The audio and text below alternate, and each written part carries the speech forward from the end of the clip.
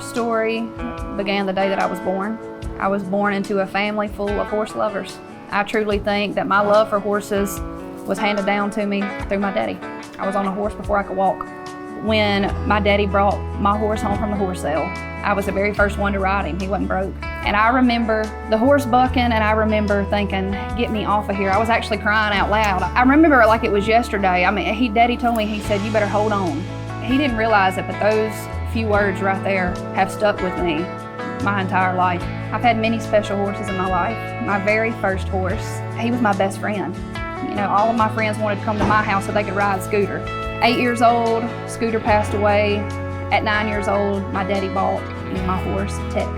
We shared this incredible bond that is really hard for me to put into words. He is 22 years old now. There is just something so special about having a horse at a young age like that. You kind of grow up together, and it's beautiful. My daddy taught me how to catch a horse. He taught me how to saddle a horse. He taught me how to take care of a horse. I'm about to get emotional. He's taught me a lot about horses, and horses have taught me a lot about life. You know, if you want something, you go get it. And nothing is handed to you easy, but it's up to you.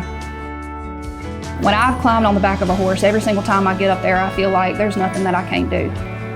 And that right there is one of the things that has kept me going. When I think about horses, I think about freedom. I think about escape.